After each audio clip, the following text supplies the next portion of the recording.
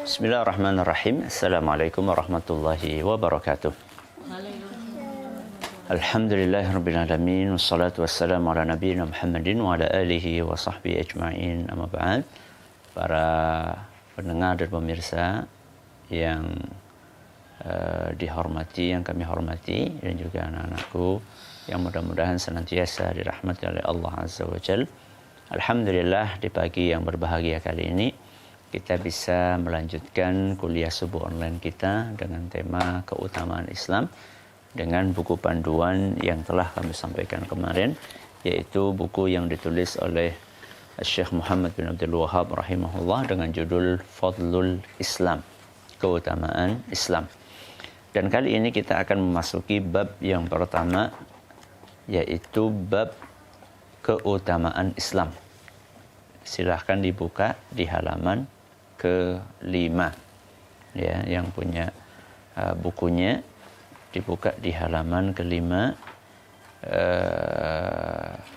yang berjudul Babu Fadlil Islam. Sudah ketemu Mas Anjas? Bab ke-5. Halaman ke-5, maaf. Ya, coba dibaca Mas Anjas. Bismillahirrahmanirrahim. Qala al-mu'allifu hafizahullah ta'ala rahimahullah babu fadlil Islam, bab keutamaan Islam. Wa qaulullahi ta'ala al-yawma akmaltu lakum dinakum wa atmamtu alaikum ni'mati wa raditu lakumul Islam dina. Quran surat Al-Maidah ayat 3. Firman Allah Ta'ala, pada hari ini telah kusempurnakan untuk kamu agamamu dan telah kucukupkan kepadamu nikmatku dan telah kuridhoi Islam itu jadi agamamu. Quran surat Al-Maidah surat ke-5 ayat 3. Barakallahu fiik. Cukup satu dalil aja. Inilah bab yang pertama yang dibawakan oleh beliau penulis Syekh Muhammad rahimahullah, yaitu bab Fadlul Islam, bab tentang keutamaan Islam. Di dalam bab ini beliau akan memaparkan dalil-dalil dari Al-Quran dan hadis Nabi SAW yang menunjukkan betapa istimewanya agama Islam. Betapa istimewanya agama Islam. Ketika kita mengetahui betapa istimewanya agama Islam, maka kita akan tertuntut, kita akan tergerak untuk mensyukuri betapa agungnya nikmat yang Allah berikan kepada kita. Setelah itu kemudian kita berusaha untuk konsisten mengamalkan ajaran agama yang mulia ini.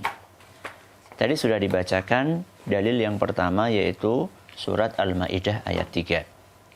Ayat yang familiar buat kita, yaitu firman Allah Azza wa Jalla, Al-yawma akmaltu lakum dinakum wa atmamtu alaikum ni'mati wa raditu lakumul Islam dina.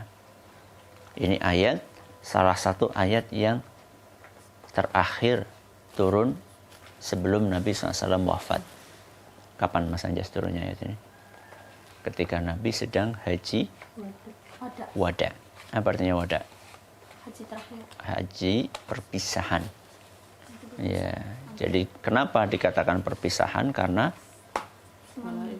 itu haji terakhir Nabi SAW. Jadi setelah tahun itu beliau wafat. Setelah tahun itu wafat sehingga dikatakan haji wada, haji perpisahan. Nah, ayat ini turun ketika itu, ketika haji wada. Walaupun bukan ayat yang terakhir, tapi ini termasuk ayat-ayat yang terakhir, bukan yang paling akhir. Ya, ada lagi ayat yang lainnya yang paling akhir. Namun ini termasuk ayat yang sebelum Nabi SAW wafat beberapa saat, ini termasuk yang diturunkan oleh Allah Azza wa Jalla. Apa isinya? Al-yawma akmaltu lakum dinakum. Pada hari ini telah kusempurnakan bagi kalian agama kalian. Berarti Islam itu agama yang sempurna. Ya. Karena sempurna sehingga nggak perlu ditambahi. Dan nggak boleh dikurangi. Itu namanya sempurna. Sesuatu yang sudah sempurna kalau ditambahi bagus apa jelek? Jelek.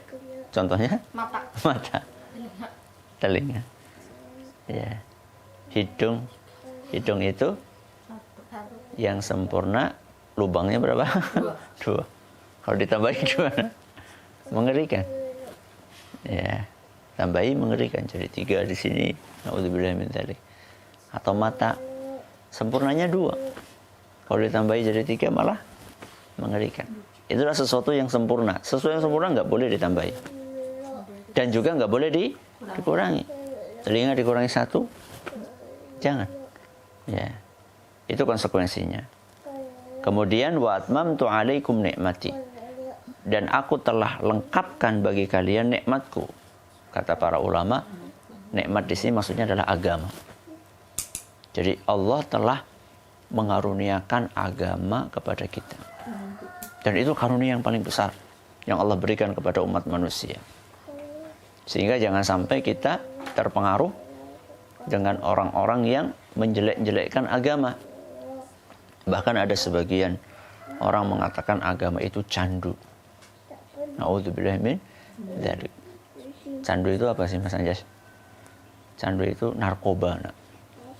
Salah satu bentuk narkoba yang memabukkan. Jadi dia menganggap agama itu adalah sesuatu yang memabukkan. Na'udzubillah min dzalik. Inilah perkataan-perkataan yang harus kita jauhkan dari pemikiran kita. Ya, karena agama itulah nikmat dari Allah Azza wa Jalla. Wa atmamtu 'alaikum ni'mati wa raditu lakumul Islam madina. Dan aku ridhoi Islam sebagai agamamu. Jadi konsekuensinya setelah Nabi kita SAW diutus, maka agama satu-satunya yang diterima oleh Allah adalah agama Islam. Itu konsekuensinya. Makanya di dalam ayat lain, apa firman Allah Subhanahu wa taala? Innad dina indallahil Islam. Surat apa ya Mas Anjas? Ali Imran ayat 19.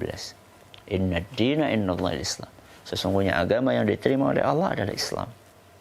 Setelah diutusnya Nabi kita Muhammad SAW ke muka bumi dengan membawa ajaran Islam, maka setelah itu agama yang diterima oleh Allah hanya Islam. Ya. Agama Yahudi dan Nasrani berlaku saat ada Nabi Isa, saat ada Nabi agama Yahudi